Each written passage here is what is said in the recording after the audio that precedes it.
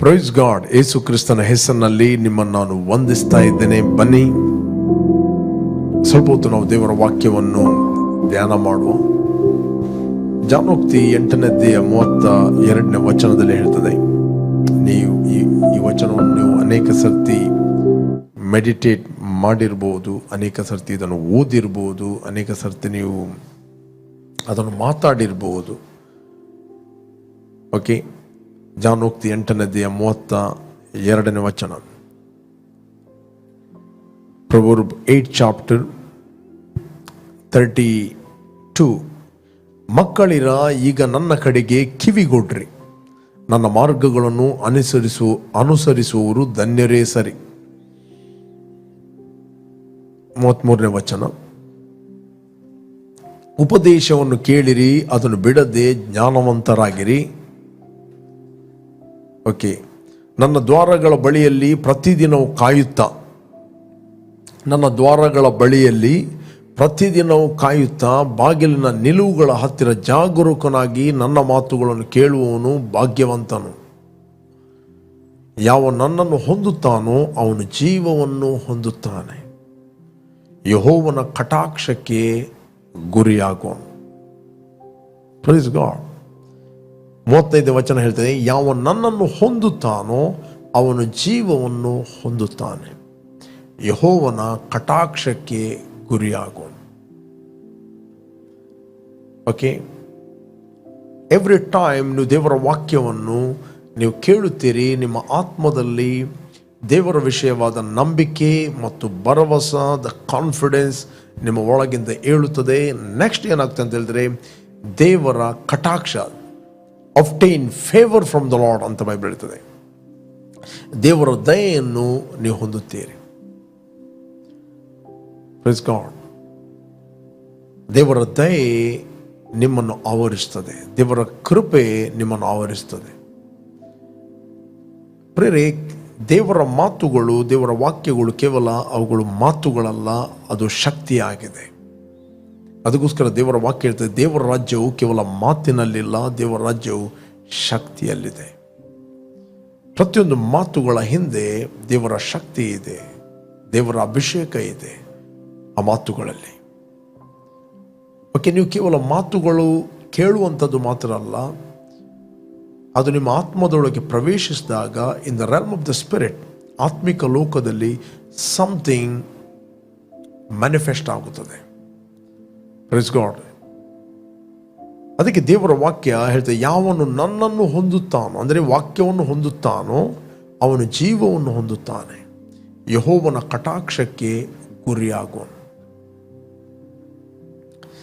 ಯಾವುದೇ ಒಂದು ಸಿಮ್ಮನ್ನು ನೀವು ಹಾಕಿದಾಗ ಮೊಬೈಲ್ನ ಒಳಗೆ ಅದರ ಓನ್ ನೆಟ್ವರ್ಕ್ ಅದು ಕನೆಕ್ಟ್ ಆಗ್ತದೆ. ಆ ಸಿಮ್ಗಿಂತ ಪವರ್ಫುಲ್ ದೇವರ ವಾಕ್ಯವಾಗಿದೆ. ಯಾವಾಗ ದೇವರ ವಾಕ್ಯ ನಿಮ್ಮ ಆತ್ಮದಲ್ಲಿ ಪ್ರವೇಶವಾಗ್ತದೆ, ನಿಮ್ಮ ದೇವರೊಟ್ಟಿಗೆ ಸಂಪರ್ಕ ಅದು ಕ್ಲಿಯರ್ ಆಗುತ್ತದೆ. ಅದಕ್ಕೆ ಯೇಸು ಹೇಳಿದ, ನನ್ನ ಕುರಿಗಳು ನನ್ನ ಸ್ವರವನ್ನು ಕೇಳುತ್ತವೆ, ಅವು ಕಳ್ಳನ ಸ್ವರವನ್ನು ಕೇಳುವುದಿಲ್ಲ. ನನ್ನ ಕುರಿಗಳು ನನ್ನ ಸ್ವರವನ್ನು ಕೇಳುತ್ತವೆ, ಅವು ಕಳ್ಳನ ಸ್ವರವನ್ನು ಕೇಳುವುದಿಲ್ಲ. ಓಕೆ, ಕಳ್ಳನು ಬರುತ್ತಾನೆ ಕದಿಯಲು, ಕೊಲ್ಲಲು ಮತ್ತು ಹಾಳು ಮಾಡಲು, ಮತ್ತು ಯಾವುದಕ್ಕೂ ಬರುವುದಿಲ್ಲ. ನಾನಾದರೆ ಅವುಗಳಿಗೆ ಜೀವ ಇರಬೇಕೆಂದು, ಅದು ಜೀವ, ಸಮೃದ್ಧಿಯಾದ ಜೀವ ಇರಬೇಕೆಂದು ನಾನು ಬಂದಿದ್ದೇನೆ. I have come give life. Life is abundant life. ಉನ್ನತವಾದ ಜೀವ ಹೊಂದಬೇಕೆಂದು ನಾನು ಬಂದಿದ್ದೇನೆ. ಪ್ರತಿಯೊಂದು ಮಾತು ನೀವು ಕೇಳುವುದು, ನೀವು ಜೀವವನ್ನು ಹೊಂದುತ್ತೀರಿ. You will receive life. Praise God. Life in your spirit, ನಿಮ್ಮ ಆತ್ಮದಲ್ಲಿ ಜೀವವನ್ನು ನೀವು ಹೊಂದುತ್ತೀರಿ. ನೆಕ್ಸ್ಟ್, ದೇವರ ಕಟಾಕ್ಷಕ್ಕೆ, ಅಂದರೆ ಫೇವರ್, ಇಂಗ್ಲಿಷ್ ಅಂತೆ and obtain favour from the Lord ಅಂತ ಬೈಬಲ್ ಹೇಳ್ತದೆ. ದೇವರ ವಾಕ್ಯ ನಿಮ್ಮನ್ನು ಶುದ್ಧೀಕರಿಸ್ತದೆ. ನೀವು ಲೋಕದಲ್ಲಿದ್ದೀರಿ, ಅನೇಕ ನಕಾರಾತ್ಮಕ ನ್ಯೂಸ್ಗಳು, ನಕಾರಾತ್ಮಕ ಮಾತುಗಳು ಹೊರಗಿನ ಪ್ರಪಂಚಕ್ಕೆ ಹೋಗುವಾಗ ದೇವರ ವಾಕ್ಯ ಏನು ಮಾಡ್ತದೆ, ನಿಮ್ಮನ್ನು ಶುದ್ಧೀಕರಿಸ್ತದೆ. It will cleanse you. ಅದಕ್ಕೋಸ್ಕರ ಬೈಬಲ್ ಹೇಳ್ತದೆ, ದಿನಾಲು ನನ್ನ ದ್ವಾರಗಳ ಬಳಿಯಲ್ಲಿ. 33ನೇ ವಚನ ಹೇಳ್ತದೆ, 33ನೇ ವಚನ, ಪ್ರೊವರ್ಬ್ 8 ಚಾಪ್ಟರ್, ಉಪದೇಶವನ್ನು ಕೇಳಿರಿ, ಅದನ್ನು ಬಿಡದೆ ಮೂರ್ಖರಾಗಿರಿ ಅಂತ ಹೇಳಿಲ್ಲ, ಜ್ಞಾನವಂತರಾಗಿರಿ. ಉಪದೇಶವನ್ನು ಕೇಳಿರಿ, ಅದನ್ನು ಬಿಡದೆ ಜ್ಞಾನವಂತರಾಗಿರಿ. ಓಕೆ, ನೆಕ್ಸ್ಟ್, ನನ್ನ ದ್ವಾರಗಳ ಬಳಿಯಲ್ಲಿ ಪ್ರತಿದಿನವೂ ಕಾಯುತ್ತಾ. ಅಂದರೆ ವಾಕ್ಯವನ್ನು ಕೇವಲ ವಾರಕ್ಕೊಮ್ಮೆ ಕೇಳುವಂಥದ್ದಲ್ಲ, ಎವ್ರಿ ಡೇ ಒಂದೇ ನೀವು ವಾಕ್ಯವನ್ನು ಓದಬೇಕು. ಇಲ್ಲ ಅಂತ ಹೇಳಿದ್ರೆ, ಈಗ ನಿಮಗೆ ಅನುಕೂಲ ಇದೆ ಈ ಕಡೆ ದಿನದಲ್ಲಿ, ಓಕೆ, ರೆಕಾರ್ಡ್ ಮೆಸೇಜ್ಗಳನ್ನು ಕೇಳ್ಬೋದು ಅಥವಾ ಲೈವ್ ಮೆಸೇಜ್ಗಳನ್ನು ಕೇಳ್ಬೋದು. ಬಟ್ ಮೆಸೇಜ್ ಕೇಳುವಂಥದ್ದು ಅದು ನಿಮ್ಮ ಕಮಿಟ್ಮೆಂಟ್, ನಿಮ್ಮ ತೀರ್ಮಾನ. ಓಕೆ, ಇಲ್ಲ ನನಗೆ ಟೈಮ್ ಸಿಕ್ಕಿದಾಗ ನಾನು ಕೇಳ್ತೇನೆ ಅಂತ ಹೇಳಿದ್ರೆ ಟೈಮ್ ಸಿಗುವುದಿಲ್ಲ. ಟೈಮನ್ನು ನಾವು ಕಂಟ್ರೋಲ್ ಮಾಡಬೇಕು, ಟೈಮನ್ನು ನಾವು ಡಿಸೈಡ್ ಮಾಡಬೇಕು. ರಿಡೀಮ್ ದ ಟೈಮ್ ಅಂತ ಬೈಬಲ್ ಹೇಳ್ತದೆ. Okay, redeem the time.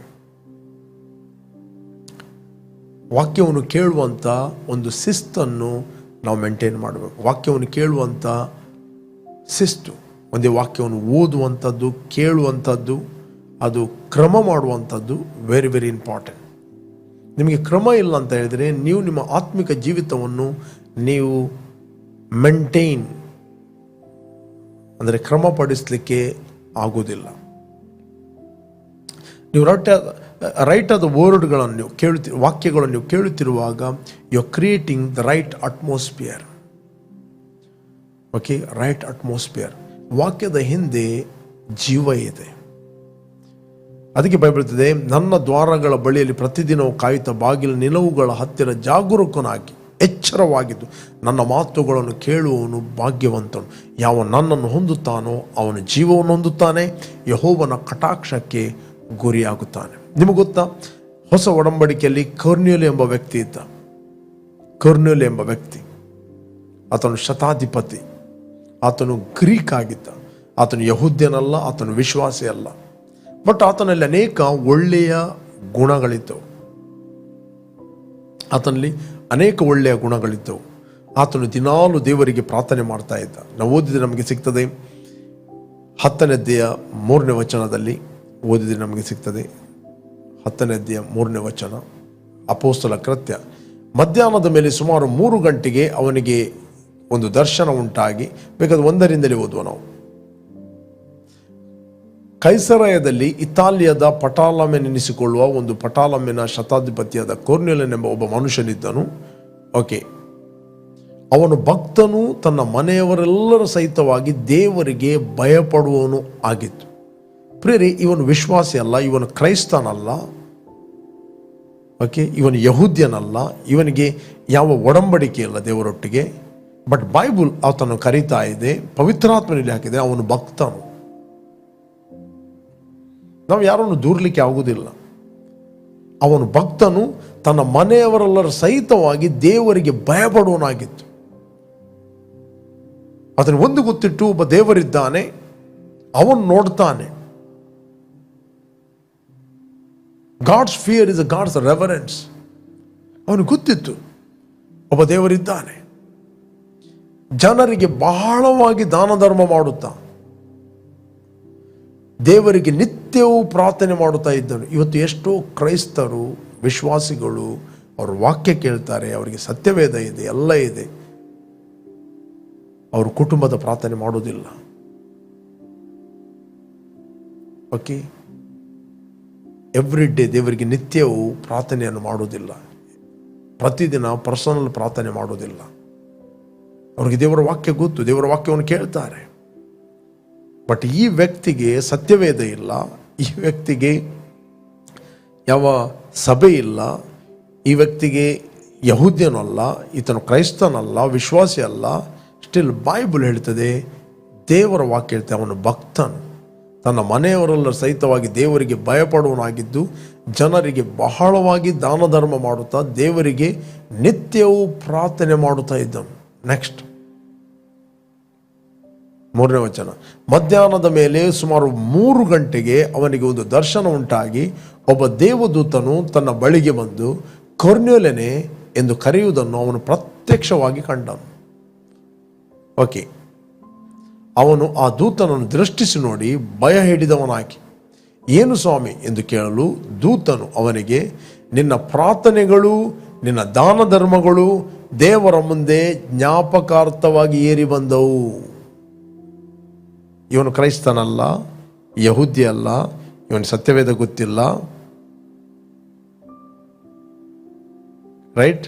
Still ದೇವದೂತ ಈತನಿಗೆ ವಿಸಿಟ್ ಮಾಡ್ತಾ ಇದ್ದಾನೆ, ಪ್ರತಿದಿನ ಪ್ರಾರ್ಥನೆ ಮಾಡ್ತಾ ಇದ್ದಾನೆ, ಬೈಬಲ್ ಅವನನ್ನು ಭಕ್ತ ಅಂತ ಕರೀತಾ ಇದೆ.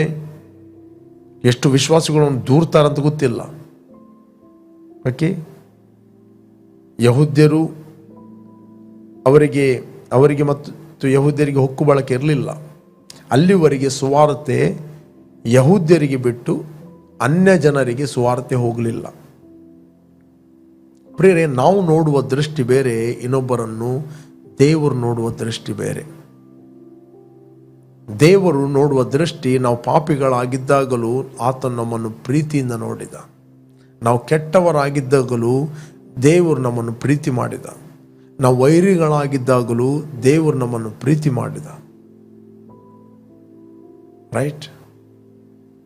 ಇಲ್ಲಿ ನಾವು ನೋಡ್ತೇವೆ, ಅವನು ಆ ದೂತನನ್ನು ದೃಷ್ಟಿಸಿ ನೋಡಿ ಭಯ ಹಿಡಿದವನಾಗಿ, ಏನು ಸ್ವಾಮಿ ಎಂದು ಕೇಳಲು ದೂತನವನಿಗೆ, ನಿನ್ನ ಪ್ರಾರ್ಥನೆಗಳು ನಿನ್ನ ದಾನ ಧರ್ಮಗಳು ದೇವರ ಮುಂದೆ ಜ್ಞಾಪಕಾರ್ಥವಾಗಿ ಏರಿ ಬಂದವು. ದೇವರ ಮುಂದೆ ಜ್ಞಾಪಕಾರ್ಥವಾಗಿ ಏರಿ ಬಂದವು. ಬಟ್ ಈತನ ದಾನ ಧರ್ಮ, ಈತನ ಪ್ರಾರ್ಥನೆ ದೇವರು ಕೇಳ್ತಾನೆ. ಬಟ್ ಪರಲೋಕಕ್ಕೆ ಹೋಗಬೇಕಾದ್ರೆ ಒಂದು ಮಾರ್ಗ ಇದೆ.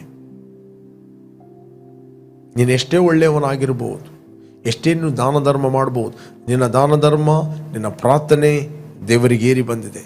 ಬಟ್ ಪರಲೋಕಕ್ಕೆ ಹೋಗಲಿಕ್ಕೆ ಒಂದು ದಾರಿ ಇದೆ. ಯೇಸು ಸ್ವಾಮಿ ಹೇಳಿದ, ನಾನೇ ಸತ್ಯ, ನಾನೇ ಮಾರ್ಗ, ನಾನೇ ಸತ್ಯ, ನಾನೇ ಜೀವ, ನನ್ನ ಹೊರತು ಯಾರು ತಂದೆಯ ಬಳಿಗೆ ಹೋಗಲಿಕ್ಕೆ ಆಗುವುದಿಲ್ಲ. ಆತನ ದಾನ ಧರ್ಮಗಳು ಜ್ಞಾಪಕಾರ್ಥವಾಗಿ ಬಂದವು, ಬಟ್ ಅದು ದೇವರಿಂದ ಸ್ವೀಕರಿಸಲ್ಪಟ್ಟವು ಅಂತ ಹೇಳಲಿಲ್ಲ. ಇವತ್ತು ಅನೇಕ ಜನರು ನೀವು ದಾನ ಧರ್ಮ ಮಾಡ್ಬೋದು, ದಟ್ ಇಸ್ ಅ ಗುಡ್. ದಾನ ಧರ್ಮದಿಂದ ನಮಗೆ ರಕ್ಷಣೆ ಆದದಲ್ಲ, ಬಟ್ ದಾನ ಧರ್ಮ ದೇವರು ನೆಗ್ಲೆಕ್ಟ್ ಮಾಡೋದಿಲ್ಲ. ನಿಮ್ಮ ಪ್ರಾರ್ಥನೆಯನ್ನು ದೇವರು ನೆಗ್ಲೆಕ್ಟ್ ಮಾಡೋದಿಲ್ಲ. But salvation is very very important. ರಕ್ಷಣೆ ಎಂಬುವಂಥದ್ದು ಬಹಳ ಪ್ರಾಮುಖ್ಯ. ಇಲ್ಲಿ ದೇವದೂತ ಆತನಿಗೆ ಗೈಡ್ ಮಾಡ್ತಾ ಇದ್ದಾನೆ, ಲೀಡ್ ಮಾಡ್ತಾ ಇದ್ದಾನೆ. ಅವನು ಅದು ಓಕೆ. 5ನೇ ವಚನ ಓದಿದ್ರೆ ನಮಗೆ ಸಿಗ್ತದೆ. 5ನೇ ವಚನ, ಈಗ ನೀನು ಯೊಪ್ಪಕ್ಕೆ ಜನರನ್ನು ಕಳಿಸಿ ಪೇತ್ರನೆನಿಸಿಕೊಳ್ಳುವ ಸೀಮೋನನ್ನು ಕರೆಯಿಸಬೇಕು. ಅವನು ಚರ್ಮಕಾರಣದ ಸೀಮೋನನ ಬಳಿಯಲ್ಲಿ ಇಳುಕೊಂಡಿದ್ದಾನೆ.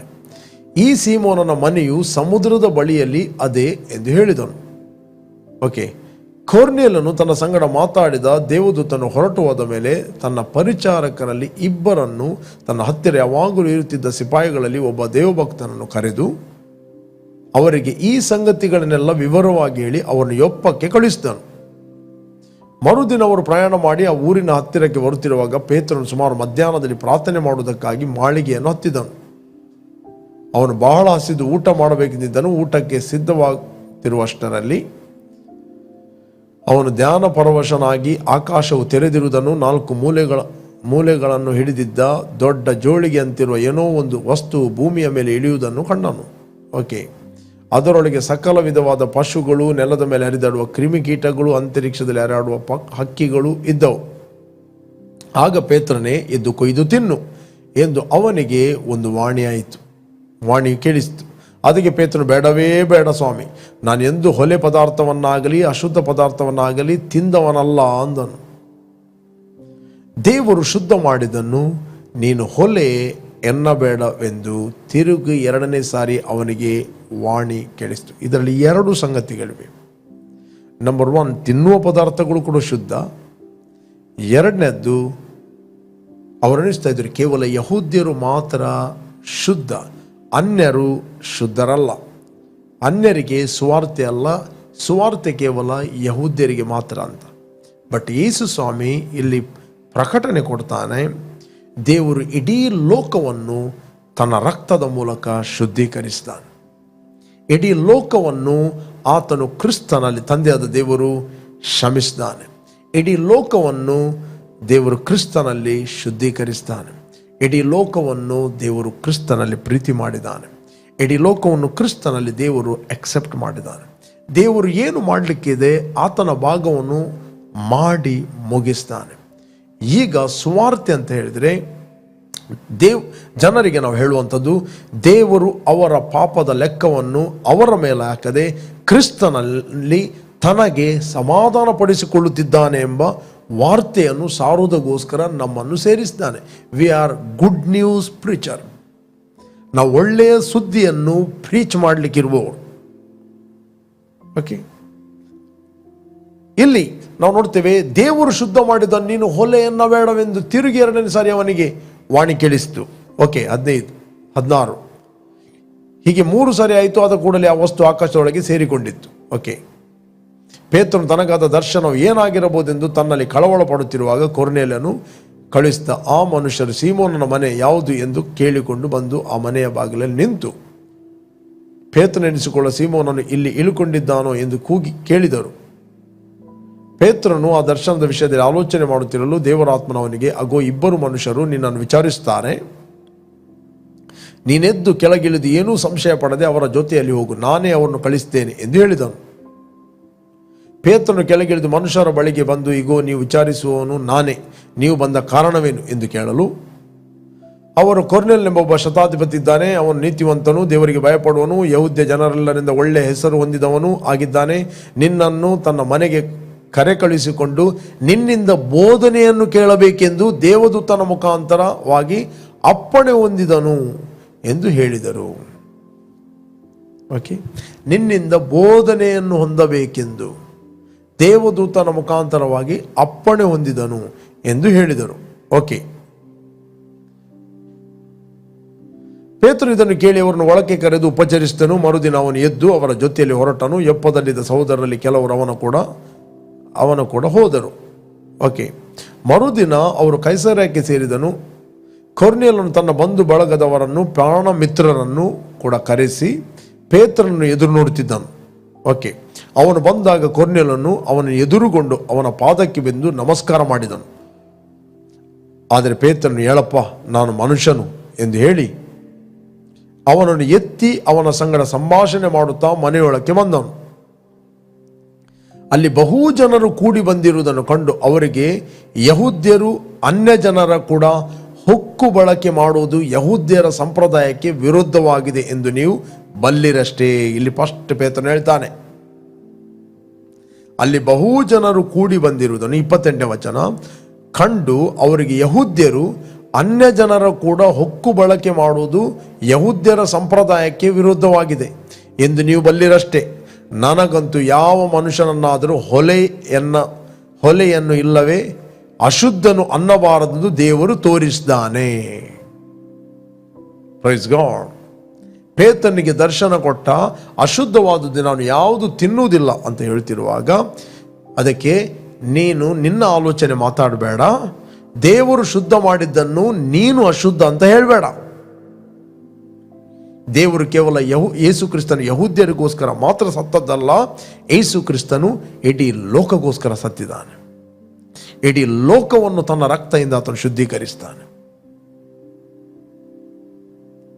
ಇವತ್ತು ಗಾಸ್ಪೆಲ್ ಏನಂತ ಹೇಳಿದ್ರೆ, ದೇವರು ಕ್ರಿಸ್ತನಲ್ಲಿ ಏನು ಮಾಡಿದ್ದಾನೆ ಅದನ್ನು ಪ್ರೀಚ್ ಮಾಡುವಂತ. ಅಲ್ಲಿ ಯಹೂದ್ಯರಲ್ಲದ ಅನೇಕ ಅನ್ಯ ಜನರು ಬೈಬಲ್ ಕೂಡಿ ಬಂದಿರುವುದನ್ನು ಕಂಡು ಅವರಿಗೆ, ಯಹೂದ್ಯರು ಅನ್ಯ ಜನರ ಕೂಡ ಹೊಕ್ಕು ಬಳಕೆ ಮಾಡುವುದು, ಅಲ್ಲಿ ಸ್ಕ್ರೀನಲ್ಲಿ ಬೇಕಾದರೆ 28ನೇ ವಚನ ನೋಡುವ, ಅಲ್ಲಿ ಬಹು ಜನರು ಕೂಡಿ ಬಂದಿರುವುದನ್ನು ಕಂಡು ಅವರಿಗೆ, ಯಹೂದ್ಯರು ಅನ್ಯ ಜನರ ಕೂಡ ಹೊಕ್ಕು ಬಳಕೆ ಮಾಡುವುದು ಯಹೂದ್ಯರ ಸಂಪ್ರದಾಯಕ್ಕೆ ವಿರೋಧವಾಗಿದೆ ಎಂದು ನೀವು ಬಲ್ಲಿರಷ್ಟೇ. ನನಗಂತೂ ಯಾವ ಮನುಷ್ಯನಾದರೂ ಹೊಲೆಯನ್ನು ಇಲ್ಲವೇ ಅಶುದ್ಧನು ಅನ್ನಬಾರದು ದೇವರು ತೋರಿಸ್ತಾನೆ. Praise God. 29ನೇ ವಚನ, ಆದ ಕಾರಣ ನೀವು ನನ್ನನ್ನು ಕರೆ ಕಳಿಸಿದಾಗ ನಾನು ಯಾವ ಎದುರು ಮಾತನ್ನು ಹೇಳದೆ ಬಂದೆನು. ಈಗ ನೀವು ನನ್ನನ್ನು ಕರೆಸಿದ ಉದ್ದೇಶವೇನು ನನಗೆ ತಿಳಿಸಬೇಕು ಎಂದು ಹೇಳಿದನು. ಓಕೆ, 30ನೇ ವಚನ. ಅದಕ್ಕೆ ಕೊರ್ನೇಲ್ಯನು, ನಾನು 4 ದಿವಸಗಳ ಹಿಂದೆ ಮಧ್ಯಾಹ್ನದ ಮೇಲೆ 3 ಗಂಟೆಗೆ ನಡೆಯತಕ್ಕ ದೇವರ ಪ್ರಾರ್ಥನೆಯನ್ನು ಇಷ್ಟು ಹೊತ್ತಿನವರೆಗೂ ನನ್ನ ಮನೆಯಲ್ಲಿ ಮಾಡುತ್ತಿದ್ದಾಗ ಹೊಳೆಯುವ ವಸ್ತ್ರವನ್ನು ಧರಿಸಿಕೊಂಡಿದ್ದ ಒಬ್ಬ ಮನುಷ್ಯನು ನನ್ನೆದುರಿಗೆ ನಿಂತುಕೊಂಡು, ಕೊರ್ನೇಲ್ಯನೇ, ನಿನ್ನ ಪ್ರಾರ್ಥನೆಯು ಕೇಳಿ ಬಂತು, ನಿನ್ನ ದಾನ ಧರ್ಮಗಳು ದೇವರ ಸನ್ನಿಧಾನದಲ್ಲಿ ನೆನಪಿಗೆ ಬಂದವು. ನೀನು ಯೊಪ್ಪಕ್ಕೆ ಕಳಿಸಿ ಪೇತ್ರನೆನಿಸಿಕೊಳ್ಳುವ ಸೀಮೋನನ್ನು ಕರೆಸಬೇಕು. ಅವನು ಚರ್ಮಕಾರನಾದ ಸೀಮೋನ ಮನೆಯಲ್ಲಿ ಇಳುಕೊಂಡಿದ್ದಾನೆ. ಆ ಮನೆ ಸಮುದ್ರದ ಬಳಿಯಲ್ಲಿ ಅದೇ ಅಂದನು. ಎಕ್ಸಾಕ್ಟ್ಲಿ ಅಡ್ರೆಸ್ ಕೊಟ್ಟ ಎಲ್ಲಿ ಹೋಗ್ಬೇಕಂತ. 33ನೇ ವಚನ. ನಾನು ತಡ ಮಾಡದೆ ನಿನ್ನ ಹತ್ತಿರ ಕಳಿಸ್ತೇನೆ, ನೀನು ಬಂದದ್ದು ಉಪಕಾರವಾಯಿತು. ಹೀಗಿರುವುದರಿಂದ ಕರ್ತನು ನಿನಗೆ ಅಪ್ಪಣೆ ಕೊಟ್ಟಿರುವ, ದ ವೆರಿ ವೆರಿ ಇಂಪಾರ್ಟೆಂಟ್ 33ನೇ ವಚನ, ಕರ್ತನು ನಿನಗೆ ಅಪ್ಪಣೆ ಕೊಟ್ಟಿರುವ ಎಲ್ಲ ಮಾತುಗಳನ್ನು ಕೇಳುವುದಕ್ಕೆ ನಾವೆಲ್ಲರೂ ಈಗ ದೇವರ ಸನ್ನಿಧಾನದಲ್ಲಿ ಕೂಡಿದ್ದೇವೆ ಅಂದನು. ಕರ್ತನು ನಿನಗೆ ಅಪ್ಪಣೆ ಕೊಟ್ಟ ಎಲ್ಲ ಮಾತುಗಳನ್ನು ನಾವು ಕೇಳಲು ದೇವರ ಸನ್ನಿಧಾನದಲ್ಲಿ ಕೂಡಿದ್ದೇವೆ ಅಂದನು. Please god. ಪ್ರೇರೆ, ನನ್ನ ದ್ವಾರಗಳ ಬಳಿಯಲ್ಲಿ ದಿನಾಲು ನನ್ನ ಮಾತುಗಳನ್ನು ಕೇಳುವವನು ಧನ್ಯನು. ಯಾವ ನನ್ನನ್ನು ಹೊಂದುತ್ತಾನೋ ಅವನು ಜೀವವನ್ನು ಹೊಂದುತ್ತಾನೆ. ಪ್ರೇರೆ, ಇದನ್ನು ಹೋಲ್ ಚಾಪ್ಟರ್ ನೆಕ್ಸ್ಟ್ ನೀವು ಓದಿ. ನಾನೀಗ ಪೇತ್ರನಲ್ಲಿ ಪ್ರೀಚ್ ಮಾಡಲಿಕ್ಕೆ ಪ್ರಾರಂಭ ಮಾಡ್ತಾನೆ. ನೆಕ್ಸ್ಟ್ 10ನೇ ಅಧ್ಯಾಯ 44ನೇ ವಚನ ನಾನು ಓದಲಿಕ್ಕೆ ಇಷ್ಟಪಡುತ್ತಾನೆ. ಪೇತ್ರನು ಈ ಮಾತುಗಳನ್ನು ಇನ್ನೂ ಹೇಳುತ್ತಿರುವಾಗ ಅವನ ವಾಕ್ಯವನ್ನು ಕೇಳಿದವರೆಲ್ಲರ ಮೇಲೆ ಪವಿತ್ರಾತ್ಮ ವರವು ಇಳಿಯಿತು. ಪೇತ್ರನು ಅಲ್ಲಿ ಪವಿತ್ರಾತ್ಮ ವರಗೋಸ್ಕರ ಪ್ರಾರ್ಥನೆ ಮಾಡಲಿಲ್ಲ. ಪೇತ್ರನು ಪ್ರೀಚ್ ಮಾಡುತ್ತಿರುವಾಗಲೇ ಕೇಳಿದವರೆಲ್ಲರ ಮೇಲೆ ಪವಿತ್ರಾತ್ಮ ವರವು ಇಳಿಯಿತು. Praise God. The Bible says, ಸತ್ಪುರುಷನ ನುಡಿಯು ಆಳವಾದ ನೀರು, ಜ್ಞಾನದ ಬುಗ್ಗೆ ಹರಿಯುವ ತೊರೆ. ಯೇಸು ಹೇಳಿದ, ಯಾರಾದರೂ ಬಾಯಾರಿದರೆ ಆತ ನನ್ನ ಬಳಿಗೆ ಬರಲಿ, ನನ್ನಿಂದ ಕುಡಿಯಲಿ. ಶಾಸ್ತ್ರದಲ್ಲಿ ಹೇಳಿರುವ ಪ್ರಕಾರ ನಂಬುವರ ಹೊಟ್ಟೆ ಒಳಗಿಂದ ಜೀವಕರವಾದ ಹೊಳೆಗಳು ಹರಿಯುತ್ತವೆ. ಪ್ರಿಯರೇ, ಈಗ ಪವಿತ್ರಾತ್ಮನು ಪಂಚಶತಮ ದಿವಸ ಇಳಿದು ಬಂದ ಹಾಗೆ ಆತನು ಇಳಿದು ಬಂದವನು ರಿಟರ್ನ್ ಹೋಗಲಿಲ್ಲ. ಆತನು 120 ಮಂದಿಯ ಮೇಲೆ ಇಳಿದು ಬಂದ. 120 ಮಂದಿಯ ಮೇಲೆ ಇಳಿದು ಬಂದ. 120 ಮಂದಿ ಪವಿತ್ರಾತ್ಮ ಭರಿತರಾಗಿದ್ದರು. ಇನ್ನು ಪೇತ್ರನು ಪ್ರೀಚ್ ಮಾಡುವುದಂತ ಹೇಳಿದರೆ, ಅವನ ನಂಬುವನ ಹೊಟ್ಟೆಯ ಒಳಗಿಂದ ಆತನು ದೇವರ ಜೀವವನ್ನು ರಿಲೀಸ್ ಮಾಡುವಂಥದ್ದು. ಆತನು ಪ್ರಸಂಗ ಮಾಡಲಿಕ್ಕೆ ಸ್ಟಾರ್ಟ್ ಮಾಡಿದ. ಯೇಸು ಕ್ರಿಸ್ತನ ಬಗ್ಗೆ 3,000 ಜನರು ಯೇಸುವನ್ನು ಅಂಗೀಕಾರ ಮಾಡಿದರು, ಪವಿತ್ರಾತ್ಮ ಭರಿತರಾದರು. ನಾವು ನೋಡ್ತೇವೆ. ಇಲ್ಲಿ ಪೇತ್ರನು ಹೋಗಿ ಪ್ರೀಚ್ ಮಾಡಲಿಕ್ಕೆ ಪ್ರಾರಂಭ ಮಾಡಿದ. ಪ್ರೀಚ್ ಮಾಡುತ್ತಿರುವಾಗ ಎಲ್ಲರ ಮೇಲೆ ಪವಿತ್ರಾತ್ಮ ಇಳಿದು ಬಂದ ಅಂತ ಹೇಳಿಲ್ಲ. ಪೇತ್ರನು ಈ ಮಾತುಗಳನ್ನು ಇನ್ನೂ ಹೇಳುತ್ತಿರುವಾಗ ಅವನ ವಾಕ್ಯವನ್ನು ಕೇಳಿದವರೆಲ್ಲರ ಮೇಲೆ, ವಾಕ್ಯವನ್ನು ಕೇಳಿದವರೆಲ್ಲರ ಮೇಲೆ ಪವಿತ್ರಾತ್ಮ ವರವು ಇಳಿಯಿತು. ಯಾವ ನನ್ನನ್ನು ಹೊಂದುತ್ತಾನೋ ಅವನು ಜೀವವನ್ನು ಹೊಂದುತ್ತಾನೆ. They can receive the power of the Holy Spirit. Praise God. Okay. ಮತ್ತು ಯೆಹೋವನ ಕಟಾಕ್ಷಕ್ಕೆ ಅವರು ಗುರಿಯಾಗ್ತಾರೆ. This the principle. ಇದು ಪ್ರಿನ್ಸಿಪಲ್. ಪ್ರೀಚಿಂಗ್ ಅಂತ ಹೇಳಿದರೆ ದ ವರ್ಡ್ ಆಫ್ ಫೇತ್, ನಂಬಿಕೆಯ ವಿಷಯವಾದ ಮಾತು. ಯಾರು ನೀವು ಬಾರ್ನ್ ಅಗೇನ್ ಆಗಿದ್ದೀರಿ, ನೀವು ಕೂಡ ಸುವಾರ್ತೆಯನ್ನು ಸಾರುವಂಥ ಹಂಗಿನವರಾಗಿದ್ದೀರಿ. ನೀವು ಕೂಡ ದೇವರ ವಾಕ್ಯವನ್ನು ಒಬ್ಬ ವ್ಯಕ್ತಿಗೆ ಸಾರುತ್ತಿರುವಾಗ ದೇವರು ಆ ವ್ಯಕ್ತಿಯಲ್ಲಿ ಕನ್ವಿಕ್ಷನ್ ತರುತ್ತಾನೆ. ದೇವರು ಆ ವ್ಯಕ್ತಿಯಲ್ಲಿ ಕನ್ಫ್ಯೂಷನ್ ತರುವುದಿಲ್ಲ. ಓಕೆ. ದೇವರಾತ್ಮನು ಗಲಿಬಿಲಿಗೆ ಕಾರಣ ಅಲ್ಲ. ದೇವರಾತ್ಮನು ಕನ್ಫ್ಯೂಷನಿಗೆ ಕಾರಣ ಅಲ್ಲ. ದೇವರಾತ್ಮನು ಸಮಾಧಾನಕ್ಕೆ ಕಾರಣ. When you receive the word, you will receive peace, you will receive favour. ನೀವು ದಯೆಯನ್ನು ಹೊಂದುತ್ತೀರಿ, ಫೇವರನ್ನು ಹೊಂದುತ್ತೀರಿ, ನೀವು ಜೀವವನ್ನು ಹೊಂದುತ್ತೀರಿ, ಸಮಾಧಾನವನ್ನು ಹೊಂದುತ್ತೀರಿ, ಆರೋಗ್ಯವನ್ನು ಹೊಂದುತ್ತೀರಿ, ಬಿಡುಗಡೆಯನ್ನು ಹೊಂದುತ್ತೀರಿ. You will receive grace, impart grace in your spirit. Okay. ಇಲ್ಲಿ ಪೇತ್ರನು ಈ ಮಾತುಗಳು ಇನ್ನೂ ಹೇಳುತ್ತಿರುವಾಗ ಅವನ ವಾಕ್ಯವನ್ನು ಕೇಳಿದವರೆಲ್ಲರ ಮೇಲೆ ಪವಿತ್ರಾತ್ಮ ವರವು ಇಳಿಯಿತು. ನಾನು ನಿಮಗೆ ಎನ್ಕರೇಜ್ ಮಾಡ್ತೇನೆ, ನೀವು ಎಲ್ಲಿಂದ ವಾಚ್ ಮಾಡ್ತಾ ಇದ್ದೀರಿ. Distance doesn't matter. Okay. Distance doesn't matter. ಆತ್ಮಿಕ ಲೋಕದಲ್ಲಿ ನೋ ಟೈಮ್, ನೋ ಡಿಸ್ಟೆನ್ಸ್. ನೀವೆಲ್ಲಿರುವಾಗಲೂ, ಕೇಳುತ್ತಿರುವಾಗಲೇ you can fill with the power, fill with the Holy Spirit. ನೀವು ಪವಿತ್ರಾತ್ಮ ಭರಿತರಾಗುತ್ತೀರಿ. ಓಕೆ, ಈ ಸ್ವಾಮಿ ಮಾತಾಡುತ್ತಿರುವಾಗ ಕೆಲವರಿಗೆ ಅದು ಅರ್ಥ ಆಗಲಿಲ್ಲ. ನನ್ನ ಮಾಂಸವನ್ನು ತಿನ್ನದಿದ್ದರೆ, ನನ್ನ ರಕ್ತವನ್ನು ಕುಡಿಯದಿದ್ದರೆ ನಿಮ್ಮಲ್ಲಿ ಜೀವ ಇಲ್ಲ. ಓಕೆ, ಆತನ ಕೆಲವು ಶಿಷ್ಯರು ಹೇಳಿದರು, ಇದು ಕಠಿಣವಾದ ಮಾತು, ಇದು ಯಾರಿಗೆ ಅರ್ಥವಾಗುತ್ತದೆ ಅಂತ. ಅದಕ್ಕೆ ಈ ಸ್ವಾಮಿ ಹೇಳಿದ, ಬದುಕಿಸುವಂಥದ್ದು ಆತ್ಮವೇ, ಮಾಂಸ ಯಾವ ಪ್ರಯೋಜನಕ್ಕೆ ಬರುವುದಿಲ್ಲ. ನಾನು ಮಾತಾಡಿದ ಮಾತುಗಳು ಆತ್ಮವಾಗಿಯೂ ಜೀವವಾಗಿವೆ. ಈ ಮಾತುಗಳು ಅವರಿಗೆ ಅರ್ಥವಾಗದಿದ್ದ ಕಾರಣ, ಮಾನುಷಿಕ ಬುದ್ಧಿಯಿಂದ ಅವರು ತಿಳಿದ ಕಾರಣ ಅನೇಕರು ಹಿಂಜರಿದು ಹೋದರು ಅಂತ ವಾಕ್ಯ ಹೇಳ್ತದೆ. 6ನೇ ಅಧ್ಯಾಯ 66ನೇ ವಚನ, ಯೋಹಾನ ಸುವಾರ್ತೆಯಲ್ಲಿ, ಅಂದಿನಿಂದ ಆತನ ಶಿಷ್ಯರಲ್ಲಿ ಅನೇಕರು ಹಿಂಜರಿದು ಆತನು ಕೂಡ ಸಂಚಾರ ಮಾಡುವುದನ್ನು ಬಿಟ್ಟರು. ಯಾಕೆ ಬಿಟ್ಟರು ಅಂತ ಹೇಳಿದರೆ, ಇವರ ವಾಕ್ಯವನ್ನು ಮಾನುಷಿಕ ಬುದ್ಧಿಯಿಂದ ತಿಳಿದವರು,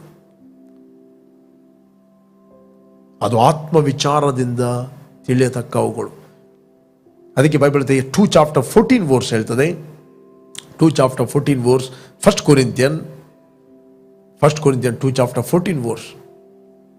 ಪ್ರಾಕೃತ ಮನುಷ್ಯನು ದೇವರಾತ್ಮನ ವಿಷಯಗಳನ್ನು ಬೇಡವೆನ್ನುತ್ತಾನೆ, ಅವು ಅವನಿಗೆ ಹುಚ್ಚು ಮಾತಾಗಿ ತೋರುತ್ತವೆ. ಅವು ಆತ್ಮ ವಿಚಾರದಿಂದ ತಿಳಿಯತಕ್ಕವುಗಳಾಗಿರಲಾಗಿ ಅವನು ಅವುಗಳನ್ನು ಗ್ರಹಿಸಲಾರನು.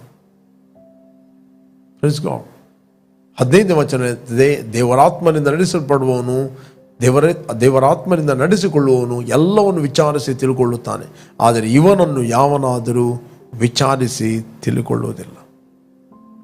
ಕರ್ತನ ಮನಸ್ಸನ್ನು ತಿಳ್ಕೊಂಡು ಆತನಿಗೆ ಉಪದೇಶಿಸುವನು ಯಾರು ಎಂದು ಬರೆದಿದೆಯಲ್ಲ. ನಮಗಾದರೂ ಕ್ರಿಸ್ತನ ಮನಸ್ಸು ದೊರಕ್ತದಲ್ಲ. ನಮಗೆ ಕ್ರಿಸ್ತನ ಮನಸ್ಸು ದೊರಕಿದೆ. ಪ್ರಿಯರೇ, ಯಾರು ನೀವು ಬಾರ್ನ್ ಅಗೇನ್ ಆಗಿದ್ದೀರಿ, you have the mind of Christ. ನಿಮಗೆ ಕ್ರಿಸ್ತನ ಮನಸ್ಸು ದೊರಕಲ್ಪಟ್ಟಿದೆ. ಓಕೆ, ಕ್ರಿಸ್ತನ ಮನಸ್ಸು ದೊರಕಲ್ಪಟ್ಟಿದೆ. ಪ್ರಿಯರೇ, ನಾನು ನಿಮ್ಗೆ ಎನ್ಕರೇಜ್ ಮಾಡ್ತೇನೆ, ಯಾರು ನೀವು ಫಸ್ಟ್ ಟೈಮ್ ವೀಕ್ಷಿಸ್ತಾ ಇದ್ದೀರಿ, ಇಷ್ಟರವರೆಗೆ ಯೇಸುವನ್ನು ರಕ್ಷಕನ ಒಡೆಯನೆಂದು ಅಂಗೀಕಾರ ಮಾಡಲಿಲ್ಲ, this the right time. Call Jesus in your heart. ನಿಮ್ಮ ಹೃದಯದಲ್ಲಿ ಆತನು ಕರೆಯಿರಿ. You will receive eternal life. ನೀವು ನಿತ್ಯ ಜೀವವನ್ನು ಹೊಂದುತ್ತೀರಿ. ಯಾವ ನನ್ನನ್ನು ಹೊಂದುತ್ತಾನೋ ಅವನು ಜೀವವನ್ನು ಹೊಂದುತ್ತಾನೆ. You can filled with the Holy Spirit. ಪವಿತ್ರ ಆತ್ಮ ವರವು ನಿಮಗೋಸ್ಕರ ವೆಯ್ಟ್ ಮಾಡ್ತಾ ಇದೆ. Praise God. ನಾನು ನಿಮಗೋಸ್ಕರ ಪ್ರಾರ್ಥನೆ ಮಾಡ್ತೇನೆ. Let's pray. Thank you Lord, thank you Father. ಭೂಮಿ ಆಕಾಶಗಳನ್ನು ಉಂಟು ಮಾಡಿದ ಸರ್ವಶಕ್ತನಾದ ನನ್ನ ತಂದೆ, ಯೇಸುವಿನ ನಾಮದಲ್ಲಿ ನಾವು ನಿನ್ನ ಸನ್ನಿಧಿಯಲ್ಲಿ ಇದ್ದೇವೆ. ಯೇಸುವೆ, ನೀನು ಸುರಿಸಿದ ರಕ್ತದ ಮೂಲಕ ನಮ್ಮ ಅಪರಾಧಗಳು ಪರಿಹಾರವಾಗಿ ನಮಗೆ ಬಿಡುಗಡೆ ಆಯಿತು ಮತ್ತು ಬಾಯಿಂದ ನಾವು ಅರಿಕೆ ಮಾಡುತ್ತೇವೆ, ಯೇಸುವೆ ನಮ್ಮ ಕರ್ತನೆಂದು. ಹೋ, ಥ್ಯಾಂಕ್ ಯು ಜೀಸಸ್. ತಂದೆ, ಇವತ್ತು ವಾಕ್ಯದ ಮೂಲಕ ನಮಗೆ ಮಾತಾಡಿದಿ. ನನ್ನ ದ್ವಾರಗಳ ಬಳಿಯಲ್ಲಿ ದಿನಾಲು ಕಾಯುತ್ತಾ ನನ್ನ ಮಾತುಗಳನ್ನು ಕೇಳುವವನು ಭಾಗ್ಯವಂತನು. ಯಾವ ನನ್ನನ್ನು ಹೊಂದುತ್ತಾನೋ ಅವನು ಜೀವವನ್ನು ಹೊಂದುತ್ತಾನೆ, ಯೆಹೋವನ ಕಟಾಕ್ಷಕ್ಕೆ ಗುರಿಯಾಗುವನು ಅಂತ ವಾಕ್ಯ ಇರ್ತದೆ. ತಂದೆ, ಎಲ್ಲರೂ ಯಾರು ನಿನ್ನ ವಾಕ್ಯವನ್ನು ಹೊಂದಿದವರು ಅವರೆಲ್ಲರೂ ತಂದೆ, ಎಲ್ಲರಿಂದ ಅವರಿಗೆ ಶುಭ ಉಂಟಾಗಲಿ, ಫೇವರ್ ಉಂಟಾಗಲಿ. ಅವರು ಕೆಲಸಕ್ಕೆ ಹೋಗುವಾಗ ಬರುವಾಗ ಅವರಿಗೆ ಫೇವರ್ ಉಂಟಾಗಲಿ. I thank Lord. ಅವರು ಆರೋಗ್ಯದಲ್ಲಿ ನಡೆಯಲೆಂದು ನಾನು ಪ್ರಾರ್ಥಿಸ್ತಾ ಇದ್ದೇನೆ. ತಲೆಯಿಂದ ಪಾದವರೆಗಿನ ಸ್ವಸ್ಥತೆಯ ಶಕ್ತಿ ಇವರ ಮೇಲೆ ಇಳಿದು ಬರ್ತಾ ಇರೋದಕ್ಕೋಸ್ಕರ ಸ್ತೋತ್ರ. I release healing in the name of Jesus O god.